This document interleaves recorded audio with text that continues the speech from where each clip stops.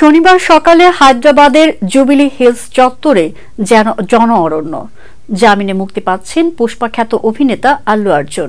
দক্ষিণী এই সুপারস্টার এক রাত হাজতে থেকে ঘরে ফিরেছেন।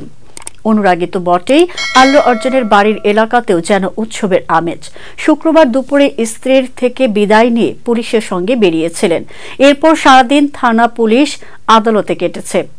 এক রাত হাজত বাসও করতে হয়েছে অভিনেতাকে।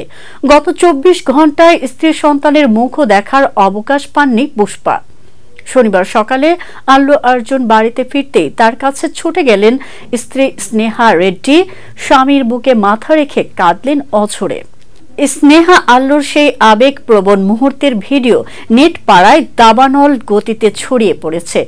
সেখানে দেখা গেল জুবিলি হিলসের বাড়ির প্রবেশ পথে আল্লু অর্জুনকে স্বাগত জানানোর জন্য দুই সন্তানের হাত ধরে দাঁড়িয়ে রয়েছেন স্ত্রী স্নেহা রেড্ডি। স্বামীকে দেখা মাত্রই ছুটে গিয়ে জড়িয়ে ধরলেন। এর আগে গত 4 ডিসেম্বর হায়দ্রাবাদের সন্ধ্যা থিয়েটারে পুষ্পা টুর প্রিমিয়ারে পদপিষ্ট হয়ে মৃত্যু হয় এক মহিলার। তার 9 বছর বয়সী ছেলে এখনো আশঙ্কাজনক অবস্থায় হাসপাতালে ভর্তি।